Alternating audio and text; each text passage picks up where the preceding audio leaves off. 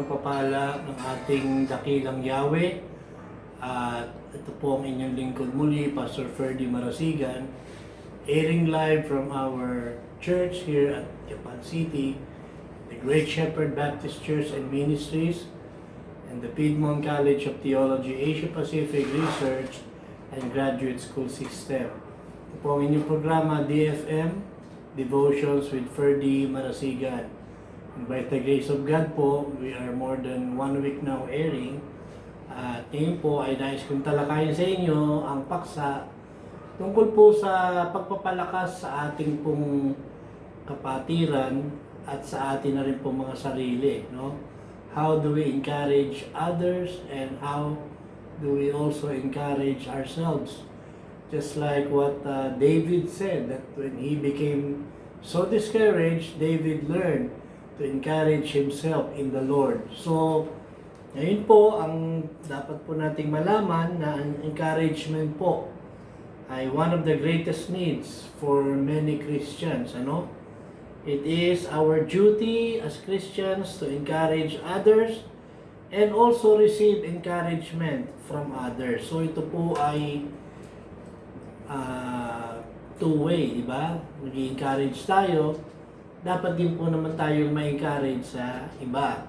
So, tayo po sa ating mga sarili, ay pwede po makapagpalakas sa ibang mga mananampalataya, at yung ibang mananampalataya naman din ay magpapalakas din po sa atin. No? Titingnan po natin kung paano ang pagpapalakas or encouragement has always been a part of Yahweh's plan for us to grow both as a church and as an individuals, no? Yahweh did not choose to have those who were saved lead a solitary lives, but rather to establish groups of believers and have them interact with each other. Ayaw po ni Yahweh na tayo po ay mapag-isa. At yan po ay evidently seen doon po sa Garden of Eden, di ba? Nakita po niya na nag-iisa si Adan. Sabi po niya, igagawa niya ng kasama si Adan, ililikha niya, no? Ng kasama si Adan. At yan nga po ang ginawa ni Yahweh, binigyan po niya ng makakasama si Adan, wala pang iba kundi si Eva. No? At sa atin po, sa ating buhay Kristiyano, para po tayong isang baga doon po sa ihawan, ano? Kapag ang baga po ay kasama ng mga naglalagablab na baga, ng ibang mga uling na nagbabaga, mainit na mainit po tayo. Pero kapag yung bagang yan, inihiwalay mo at inilagay po ninyo sa ibang lugar, mapapansin po ninyo, mga minamahal, na unti-unti yung bagang yan ay mamamatay, mawawala ng init, hanggang sa tuluyan na po siyang manlamig. Ganyan din po ang nangyayari sa ating mga mananampalataya kapag tayo po ay napapahiwalay. Kaya from the very start, hindi po gusto ni Yahweh na tayo ay nakahiwalay, na tayo ay nagsosolo o na pag-iisa, no? At maging sa mga alagad po niya, sa mga disciples, sa mga apostles na kanyang isinugo para magbahagi po ng ebanghelyo, magpahayag ng ebanghelyo. Di baga po na ito po yung nakita natin sa New Testament na sila po ay sinugo ni Yeshua Christ ng dala-dalawa, di ba? So laging may kasama sapagkat sabi nga po kapag may kasama, ito po ay malaking bagay para maimpluwensyahan ng isa at matulungan ng isa.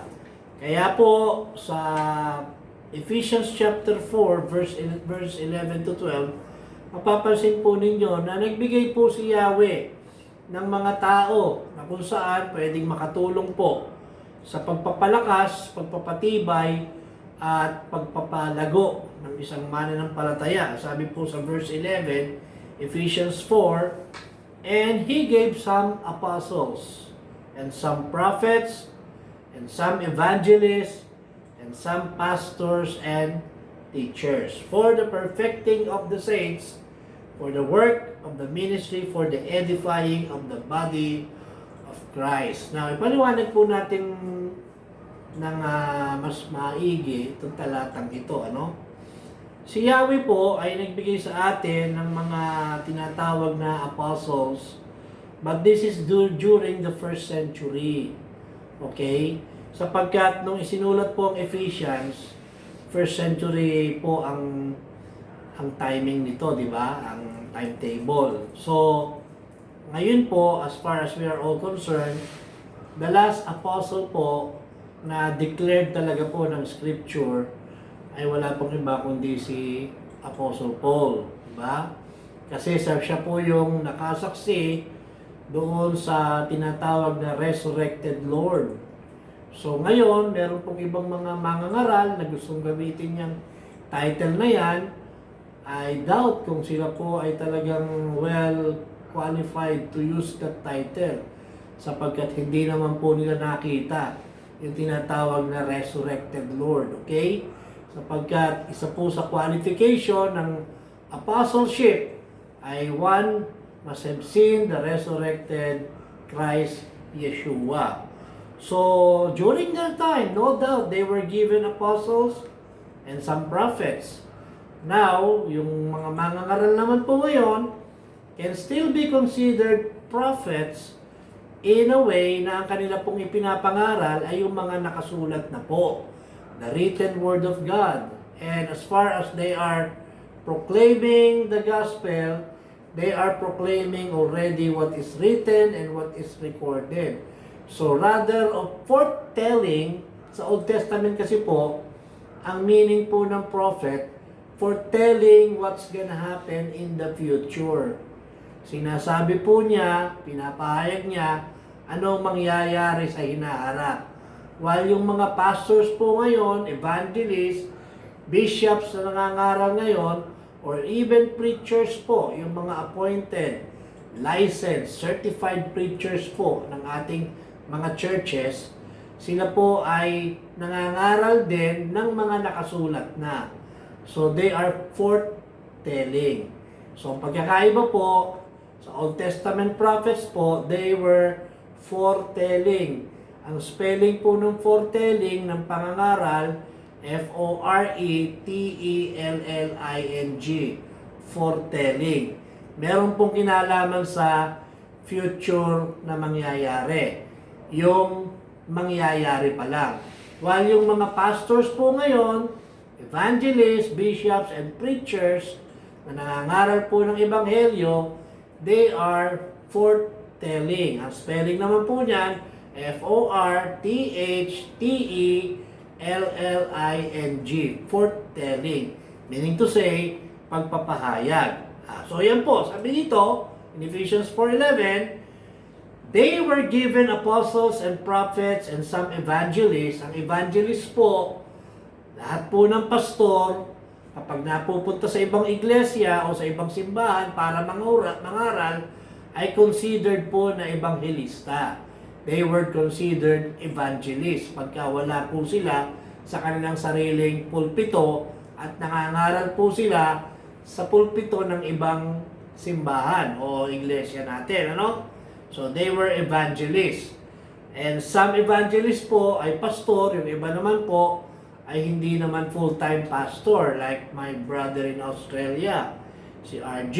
Evangelist po siya, ang kanyang calling. So sometimes he is here in the Philippines, sometimes even in Australia, he is preaching the gospel, pero hindi po siya full-time pastors. And sabi nito, some pastors and teachers. Of course, the pastors ay yung meron pong mga tupa. Yung meron pong mga hawak na mga churches, no? At dapat yung isang pastor na wala namang hawak na church ay wag na lang munang magpatawag na pastor. Kasi pastoring, meaning po niyan, shepherding or feeding of the flock. And of course, the teachers po, yung mga nagtuturo po sa ating mga classes, ano? Sa mga Sunday schools. Ano po raw ang gagawin nila? Bakit po sila may ganitong mga calling? Sabi po, nung first century, ito yung ginagawa nila. For the perfecting of the saints, ano ibig sabihin? Magiging perfecto ba talaga ang mga banal? Ang mga mananampalataya? No. Ang ibig po sabihin ng salita dyan, perfection, maturity. For the maturity of the saints, for the work of the ministry, sa gawa po sa iglesia, and for the edifying of the body of Christ. Ayan, pagpapatibay, pagpapalakas, pagpapatatag sa katawan ni Christ Yeshua, the body of Christ. It was to prepare Yahweh's people, both individually and collectively, and also to prepare Yahweh's people for works of service so that the body of Christ may be built up. Ephesians chapter 4, 13 and 14, this is what it says. Till we all come in the unity of the faith and of the knowledge of the Son of Yahweh, unto a perfect man, unto the measure of the stature of the fullness of Christ. Ayan, so talagang ang disenyo po ay makarating po sa pagkakaisa-isa para doon po sa tinatawag na united faith, yung pananampalatayang nagkakaisa. Ayaw po ng ating Panginoon na ang kanyang iglesia ay watak-watak. Ayaw po niya na ang kanyang mga anak ay nag-aaway-away o hindi nagkakasundo-sundo. Kaya nga po sa mga teachings po ni Christ, lagi po ninyong makikita na ini-encourage po niya tayo to love one another, mahalin ang isa't isa, magpatawaran, mag-unawaan, at yung 10 Commandments po, ginawa na lang yan dalawa yan, di ba? Yung una po ay para sa Diyos at yung pangalawa naman po ay para sa kapwa natin tao, para mahalin natin ang ating kapwa. Verse 14, ang sabi po ng Ephesians 4, that we henceforth be no more children, tossed to and fro and carried about with every wind of doctrine, by the sleight of men and cunning craftiness, whereby they lie in wait to deceive. Kailangan po from childhood age, no? Tayo po, sabi nga po, nung nakakilala po tayo sa Panginoon, tayo po yung tinawag ng mga babes in Christ. Sabi po sa 1 Peter 2:2, as a newborn babes, desire the sincere milk of the word, that ye may grow thereby. So, bilang bagong panganak po sa pananampalataya, it is expected of us to grow, no? Siyempre, kinakailangan ang bata po sa pananampalataya, just like an infant sa real life, hindi siya pwedeng ma-feed ng matitigas na bagay. Hindi pwedeng meat kaagad. Kailangan muna dyan, milk and soft diet. Yung mga Gerber, di ba? O, pero meron pang months yan bago mo induce yan sa bata. Hanggang sa unti-unti, kapag lumalaki na po yung bata, binibigyan na siya ng solids, di ba? Like the Cerelac, nagdudurog tayo ng kanin, nagdudurog tayo ng prutas. Unti-unti na po tayo nag-i-induce ng mga solid food sa growing child. Ganon din po sa growing Christian. Huwag natin silang susupalpalan kaagad ng mga matitigas na bagay. Mabubulunan po sila. Di ba? Kaya kinakailangan po, konti-konti po ang ating pag-a-adjust. Hindi yung kaliligtas pa lang ng isang tao, gusto natin kaagad saksakan sa kanyang isip at sa kanyang damdamin na sandamokal na doktrina na gusto natin kaagad na maging katulad natin sila. Hindi naman ganon.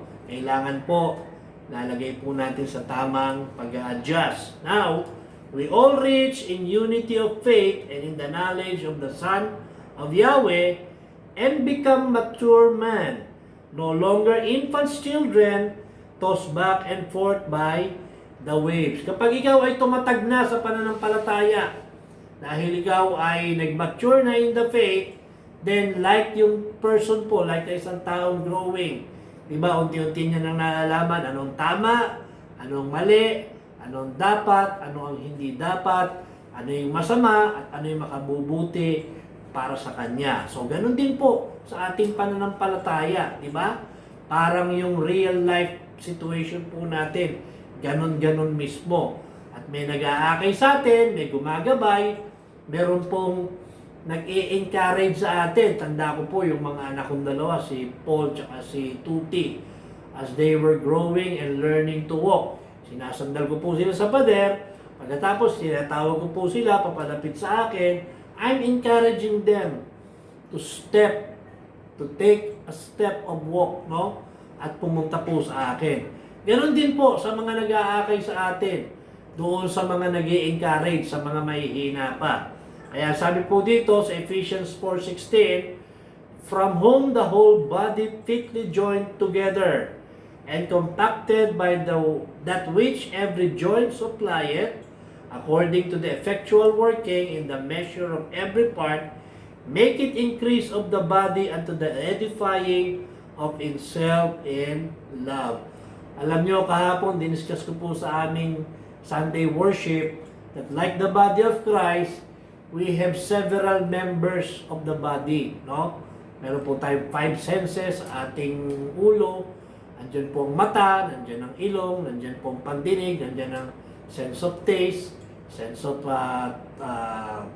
sabihin po natin yung hearing, yung smelling, yung sight, di ba? Yung ating pong mga kamay, ating paglakad, lahat po yan. May function sa ating katawan. Pero po siyang ginagampan ng tungkulin, ano? At yung ganyan din po sa pagpapalago po sa isang mananampalataya. Kailangan yung mga functions na yan, matutunan po natin gamitin ng tama kung para saan at bakit. The body builds itself up in love as each part does its work.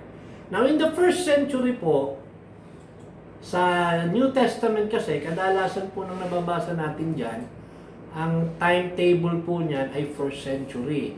So, we are now on the 2020 year, no? So, tandaan po natin, malayo po ang diferensya natin sa agwat ng taon. Diba? First century, tapos 2020 na, napakalayo, more than 2,000 years, diba? So, in the first century po, ano ba ang purpose ng church? Pag sila ay nagsama-sama, when they come together. Now, meron po tayong makikita tatlong sources of encouragement to the early Christians. And what are these? Number one, the first of these was Yahweh's Word. Yahweh's Word. Acts 20 verse 32, and now, brethren, I commend you to Yahweh and to the word of His grace, which is able to build you up and to give you an inheritance among all them which are sanctified. So in the first century po, believers were built up, no, in the word of Yahweh. Wala pong pinakamaganda, pinakamatatag, pinakamagpapatibay po sa atin na tayo po ay maging isang matatag na Kristiyano, matibay na Kristiyano, malagong Kristiyano dahil sa word ni Yahweh, no?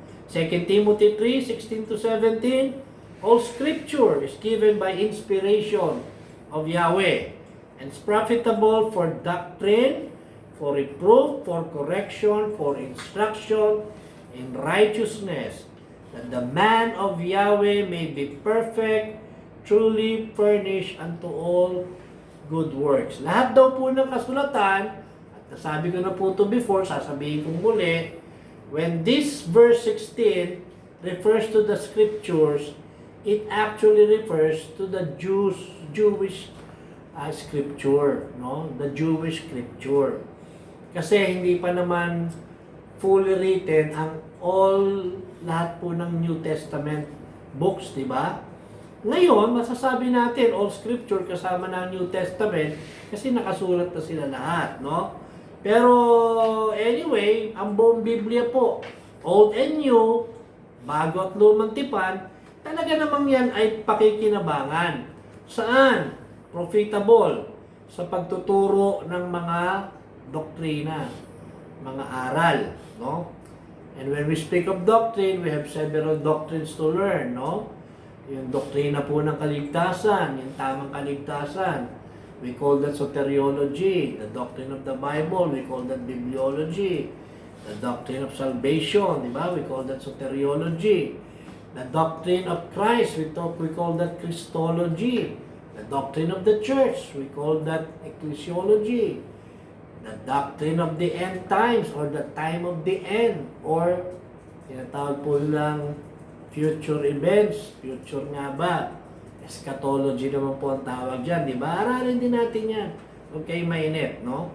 So dito po, sabi, the word of His grace which is able to build you up in Acts 20:32 and then in 2 Timothy 3:16-17, bakit daw ibinigay sa atin ang lahat ng kasulatang ito? Para daw po ito po inspired by Yahweh, no? So although they were more than 40 different men of God who wrote this book, no? At sa iba-ibang panahon po, but they were inspired by the Holy Spirit. At ang sabi po rito, inspiration of Yahweh, and is profitable for doctrine, sa pagtuturo, sa pagtutuwid, for reproof, for correction, sa pagtatama, for instruction, sa pagbibigay ng mga palatuntunan para sa katwiran. Bakit? Para ano? That the man of Yahweh, para daw ang mga lingkod ni Yahweh ay ano? Maging perfect. Meaning to say, hindi magkakasala. No. Ibig sabihin yan, mature. Matured. No? Truly furnished unto all good works. Ayan. Naka-ready daw po at handa para sa mga mabubuting gawain. So we are not saved by good works, but after we were saved, we are expected to perform and to do good works. No? Sabi nga po sa Ephesians 2 verse number 10. Now, the second main source of encouragement po was by the personal example shown by Paul and others. 1 Timothy 1:15-16, ito po ang sabi, this is a faithful saying and worthy of all acceptation that Christ Yeshua came into the world to save sinners, of whom I am chief. Sabi po ni Apostle Paul kay Timothy, siya ang pinaka-epe lahat ng pagkakasala at kasalanan. Diba? At sabi sa verse 16, howbeit for this cause I obtain mercy, dahil nga dito na ako'y nakatanggap ng awa, that in me first Christ Yeshua might shew forth all long suffering, for a pattern to them which should hereafter believe on Him to life everlasting. So, yung pong mga halimbawang ipinakikita po ni Pablo sa mga young believers like si Timothy at yung iba pa po, ay nagiging source din po ito ng tinatawag na encouragement to others sa kanilang time nila. Sa panahon na rin natin ngayon, kapag nababasa natin yung mga example sa buhay ni Pablo at saka nito si young Timothy, di ba? In 2 Thessalonians 3:7-9, sabi po dito, for yourselves know how ye ought to follow us, for we behave not ourselves disorderly among you. Bakit magandang sumunod at tularan yung mga may magandang halimbawa? Kasi hindi peke, genuine, di ba? Hindi sila hypocrite. Hindi ka mukha ng ibang tatay, sasabihin sa anak, huwag kang maninigarilyo anak ha. Masama yan. Pero buga siya ng buga ng usok, di ba? Do not smoke. But here he is. Keeps on making buga sa usok, di ba? So hindi po gano'n. Si Pablo po, sabi niya, follow me as I follow Christ. Sabi rin po niya dito, for yourselves know how ye ought to follow us. Dapat alam ninyo kung paano kaming sundan at tularan sapagkat ikinilos namin ang aming mga sarili ng ayos sa inyong harapan. May maganda po silang example. They became a good example and a role model na talagang dapat tularan, no? Sabi nga po, teaching and learning by example.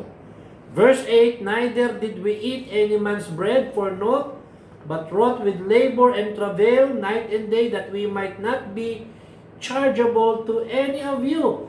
Even yung kasipagan, itinuro nila ni Pablo, hindi po katamaran, no?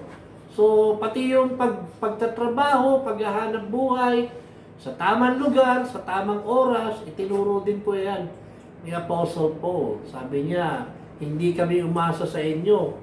Hindi kami, kumilos kami, nagtrabaho kami, para hindi kami maging kabigatan sa inyo. At sabi po sa verse 9, not because we have that power, but to make ourselves an example unto you, to follow us. Napakahalaga niyan, mga leader, no? Tayo pong mga pastor na nagpapatupad ng mga batas, mga programa, mga palatuntunan sa ating mga churches. Huwag po tayong magagaling lang mag-utos, pero hindi naman tayo magaling gumawa. Kailangan po, just like the Apostle Paul, para ma-encourage po natin ang mga kapatiran, matuto po sila by our example, no? Kailangan po yung example po sa ating kilos, sa ating pananalita, sa ating buhay, no? Kaya sabi po niya rito, but to make ourselves, ginawa namin ang aming mga sarili sa inyo para maging halimbawa at kami ay inyong sundan. O, diba? Napakaganda. So, kinakailangan pag tayo po ay nagpapatupad ng utos, tayo mismo ginagawa natin ang mga bagay na ito. Diba? Amen? Amen. Meron akong isang kilala dating pastor, hindi ko na lang babanggitin, pero siyang pinagbabawal sa church niya, pero siya, ginagawa niya.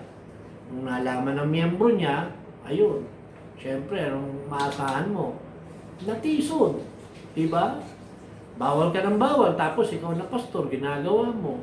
Kailangan, meron kang set of standard na talagang ipatutupad ng lahat. Ng sarili mo, ng pamilya mo. Hindi yung pagkalang wala nakatingin, bawal. Pero pag may nakatingin na, hindi na bawal. Dapat, kung bawal pag may nakatingin, bawal din kahit walang nakatingin. Amen ba? Be an example. Be a good example like the Apostle Paul. Sabi po rin sa pangatlo, the third source of encouragement is no other than our Yeshua Christ and Yahweh. Our Father, by His grace, gave us eternal encouragement through our salvation. Doon po sa kaligtasan ating tinanggap, yan po yung eternal encouragement ay binigay sa atin ni Yeshua Christ, ang Banal na Espiritu Santo, at ni Yahweh. In 2 Thessalonians chapter 2, verse 16 to 17, ang sabi po dito, now our Lord Yeshua Christ Himself and Yahweh, even our Father, which hath loved us, and hath given us everlasting consolation, and good hope through grace. Comfort your hearts, establish you in every good word and work. Bakit tayo ini-encourage ng ating Panginoon? Ba tayo ini-encourage? Ba tayo pinapalakas?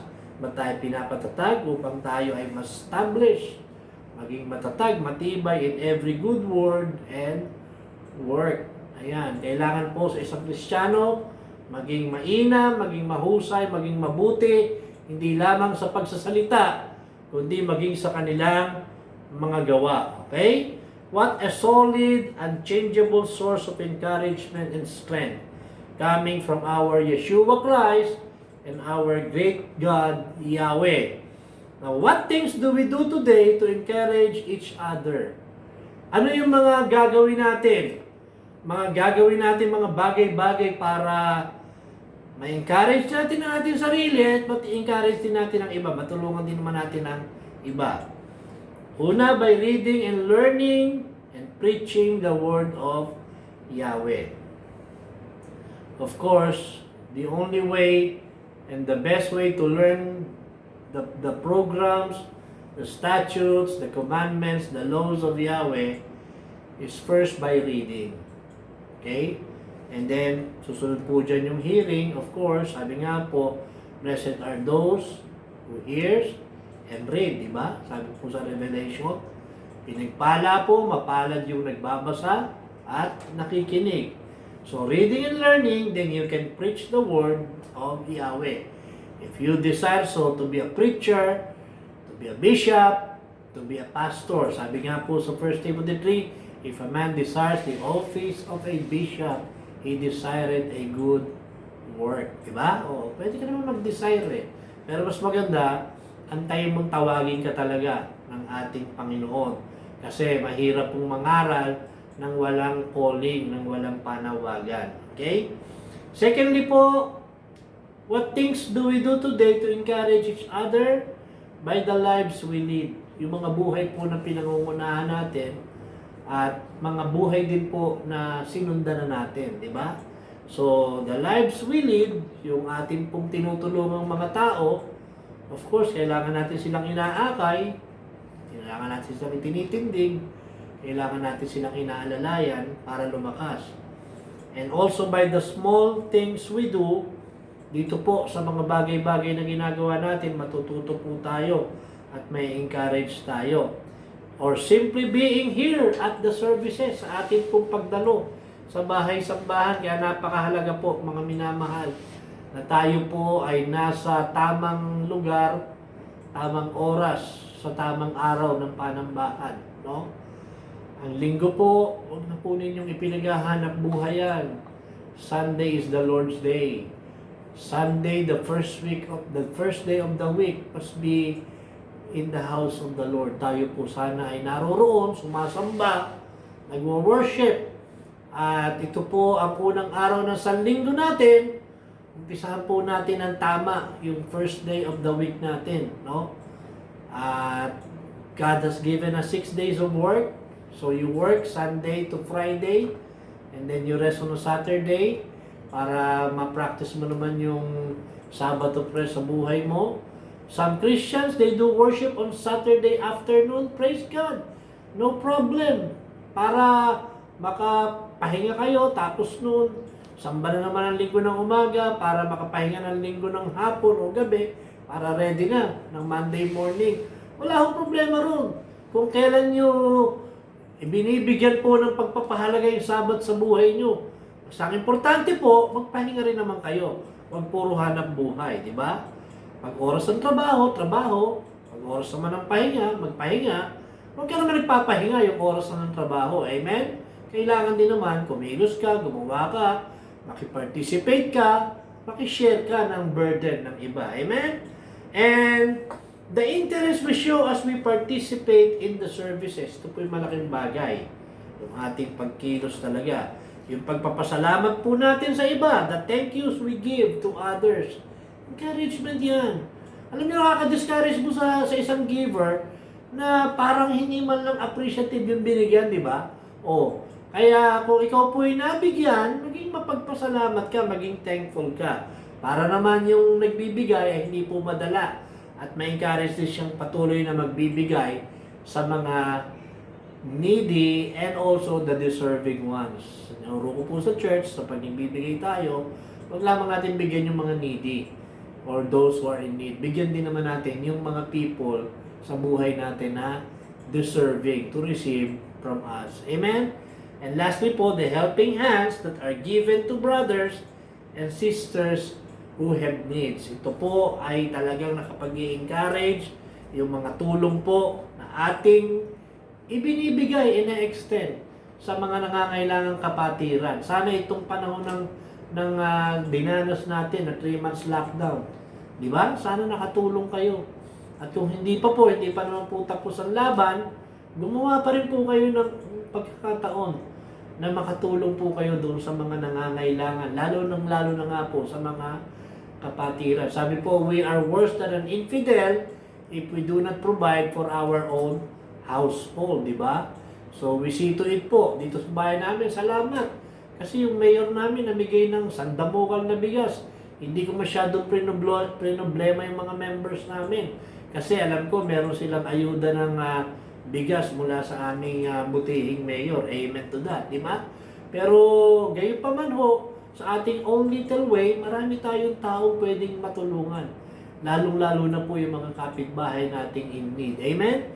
And as we discussed, one of the purposes of the church is to encourage each other to continue to persevere and to always strive to live in a manner that will be pleasing to our Yahweh and our Savior and the sweet Holy Spirit. Again po, tapos na naman ang ating 30 minutes of study sa ating pong DFM, Devotions with Ferdy Marasigan.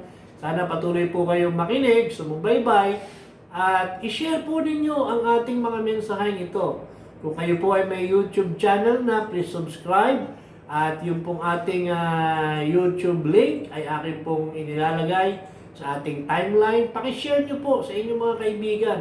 At pagka ho nakita nyo yung button ng Start Watch Party, you can do a watch party with me. Para naman po yung mga friends po nyo sa Facebook ay maabot din po ng mensaheng ito. Amen? Lalo na po kung meron kayong mga kilala rin mga mananampalataya na nangangailangan po sila ng extra feeding from the Word of Yahweh. Again, Yahweh bless you all at pagpalain po kayo ng ating Panginoon.